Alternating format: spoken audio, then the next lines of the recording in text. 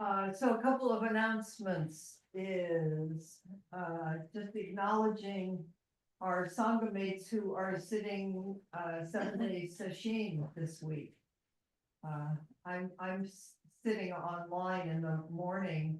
It begins at 6 o'clock in the morning, and, the last sit, the Poly Refuges, is at 9 o'clock at night, and I feel a little bit like a meditation, a session voyeur, because I can oh, there's Debbie, I see Debbie. Oh, there's Laura, and oh, I hear Marianne, Marianne's Kokio, and it's very sweet that, so they're there and we're here, but we're all together. And, it also makes me, realize that, just to mention, and hopefully we'll have more news soon, is we used to do the Aravaipa retreat, which was in Arizona, and not everybody could go. Which was wonderful. It was 5 days. And we're hoping to do that closer to home, to do a 5-day or a 7-day meditation retreat. And we're hoping it would be in October. We're trying to firm up whether, the place, it's a wonderful, owned by not the Catholic Brothers, but it's in the Catholic lineage. It's inexpensive. It's right on the Russian River. So it would really be a chance to, do a longer retreat, and we'll let you know about that soon, I hope. April 13th is the all-day sitting, and it's Buddha's birthday. So it's a fun and, good thing to come to. Okay, so what we're gonna do today is for some of you, it will be, in addition to, but also, repetition of some of what we did on Tuesday. I'll reintroduce this book, Loving Kindness in Plain English, The Practice of Metta by Bhante Gunaratana. He's a Theravada monk who was ordained when he was 12 in Sri Lanka.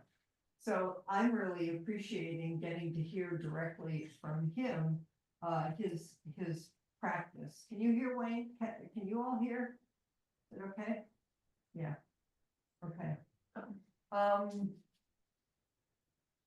And he has a really, interesting language for the meditation, the loving kindness, meditation, which we'll do at the end today.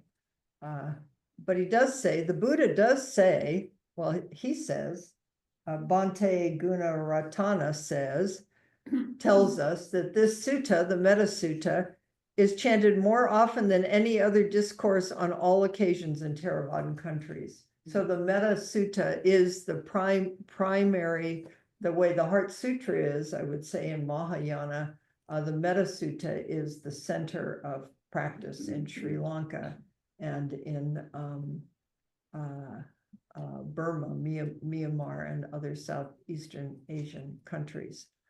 And that the Buddha apparently said it's a good thing to recite 8 times each month, which is twice weekly. And he's got me convinced. This is so we did it on Tuesday. We're going to do it again today. The teaching is, Metta is likened to a gentle rain. Those of you who remember the Lotus Sutra might remember Dharma rain. The Metta is likened to a gentle rain that falls upon the earth, and it doesn't pick or choose, it falls without discrimination. It's the true nature of the universe and of everything. Metta being love and kindness, loving kindness. But he brings forward that metta, which is a Pali word, is derived from mita, which is a Pali word, which means friend. So he calls it loving friendliness, which is kind of a sweet thing. So, friend, the encouragement is to become a friend to yourself, friend to all beings. What is that? Buddhist suggests it's someone who is constant, someone who will not forsake us in good times or bad, a helper, a protector when we can't take care of ourselves, and a refuge when we're afraid. And even goes so far as to say that in one of, I mean, things can be translated differently, is that the loving kindness sutra and the practice is a weapon and a protection that you can take any place so that things can't hurt you no matter where you go. The Buddha said it's the greatest protection in all the world. I really believe that, actually. So I'm going to read you just a little story here. The Buddha used the power of metta to conquer many of his enemies. In one story, the Buddha was returning from his alms round. You know, they would go out and that's what you get to eat, just what's put in your bowl. The alms round with his retinue of monks when his evil and ambitious cousin Devadatta. Devadatta is like the bad guy, and I mean, you got to have a bad guy, right? I mean, it's like what would be a good story with didn't have a bad guy? So Devadatta, but the great thing is that Devadatta, even though Devadatta was really bad, is that I think it's in the Lotus Sutra. The Buddha says, and even Devadatta will become a Buddha too one day. So nobody's left out. But anyway, Devadatta is still doing his thing, and he lets loose a fierce elephant. This is a really famous story. As the massive mammal rushed towards the Buddha, trumpeting aggressively, the Buddha projected thoughts of metta, loving kindness, towards it. Ananda, the Buddha's attendant, ran in front of the Buddha to shield him, but the Buddha asked him to step aside, knowing the projection of love would be sufficient. The impact of the Buddha's metta radiation was immediate and overwhelming. By the time the elephant neared the Buddha, it had been completely tamed and knelt before him respectfully.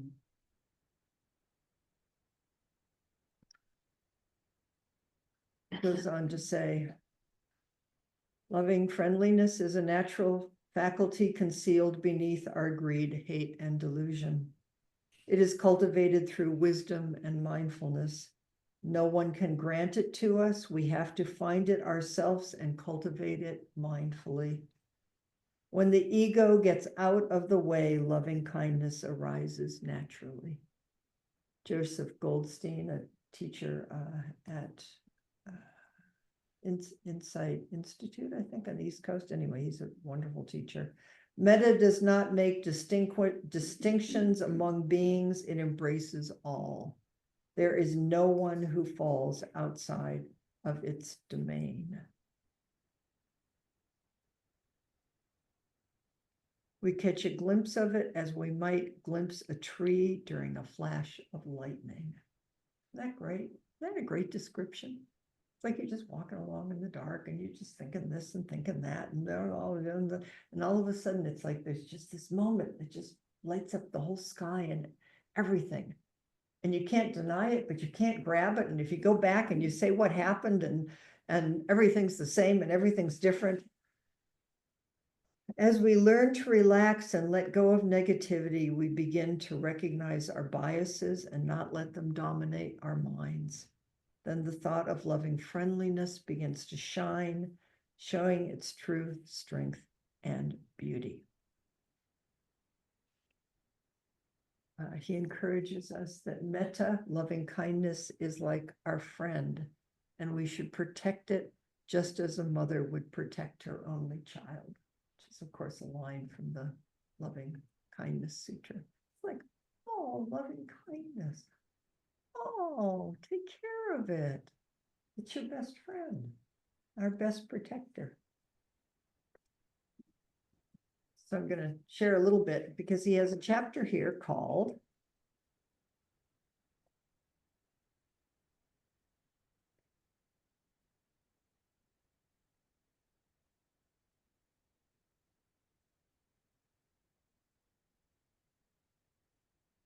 practicing peace. And he talks about metta is a way to take care of your wounds.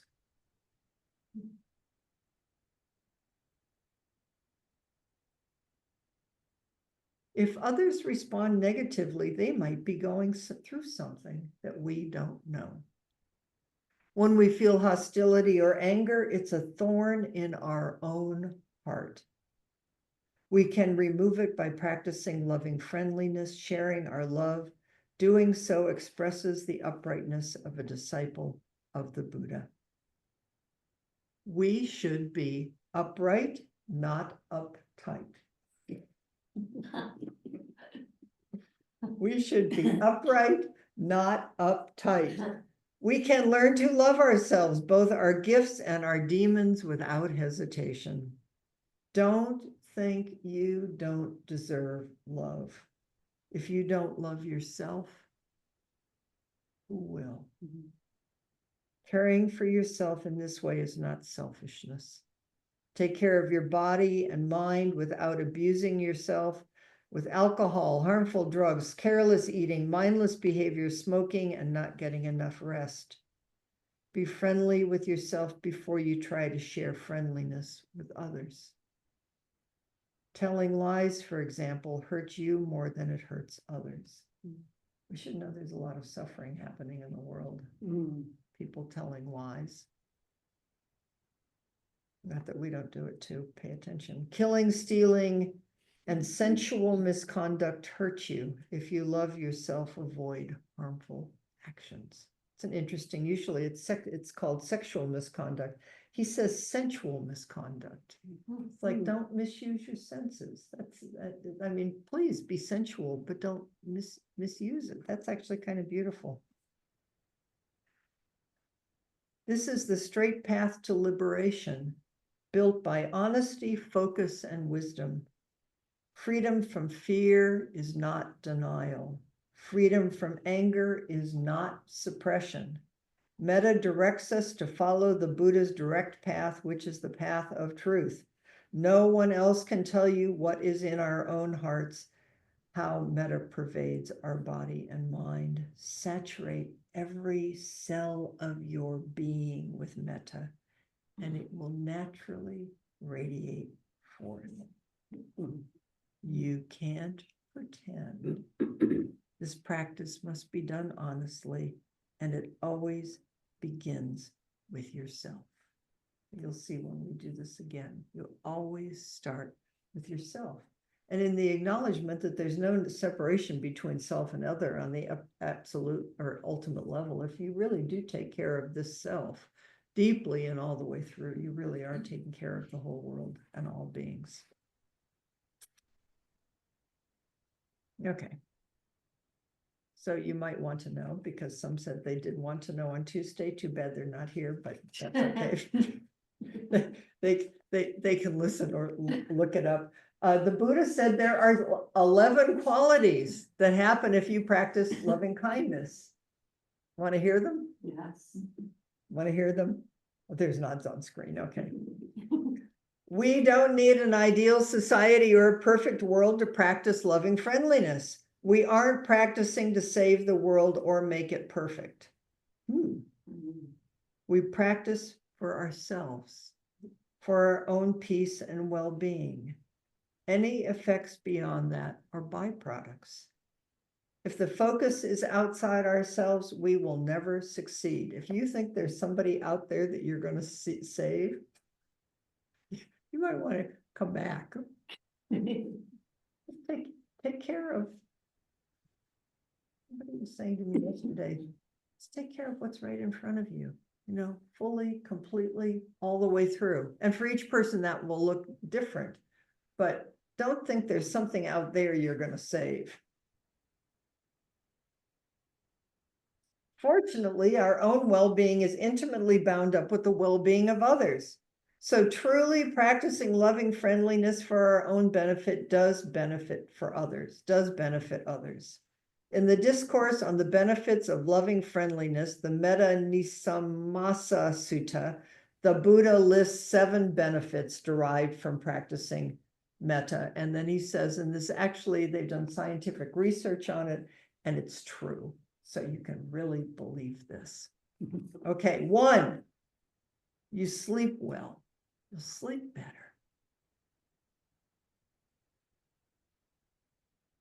More peace, more calm. 2, you wake up feeling well.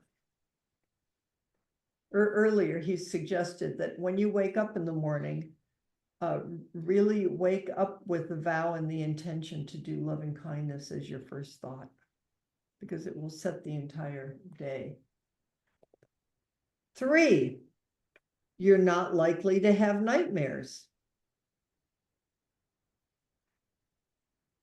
When you practice metta, you become solid enough to face whatever arises. 4, your body relaxes and your face is joyful. Your body reflects your mind. 5, even animals and celestial beings feel drawn to you. It's like doggies know who nice people are. They come up to you. He says, children especially are tuned into this energy, and non-humans feel it too. 6, spirits protect you. Remember the story? If I told it on Tuesday, it seems twice. I don't know if I told it here, but that's the story of the origin of this, is that Buddha sent the monks out into the forest to meditate, and they came running back and said, there's all kinds of demonic evil spirits, and we can't sit out there. That's terrible. But the spirits were just like, what are these guys doing in my forest? Let's just get them out of here.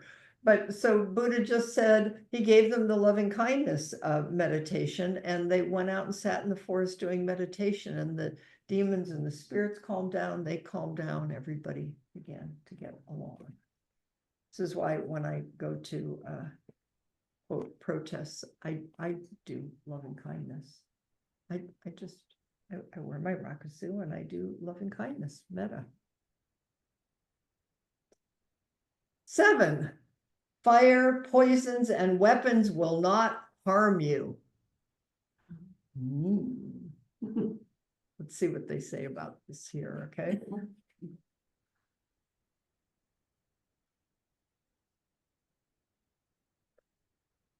The Buddha taught that the 6 senses, seeing, hearing, smelling, taste, touch, and then in Buddhism, the 6th is the mind, are on fire. So the teaching is that samsara, the world, is on fire. It's on fire with hatred. It's on fire with greed. I want, I don't want. It's on fire with confusion. And so we just keep stirring this fire all the time. And Buddhism, the teachings, practice is often described as cool water, just a way to cool down.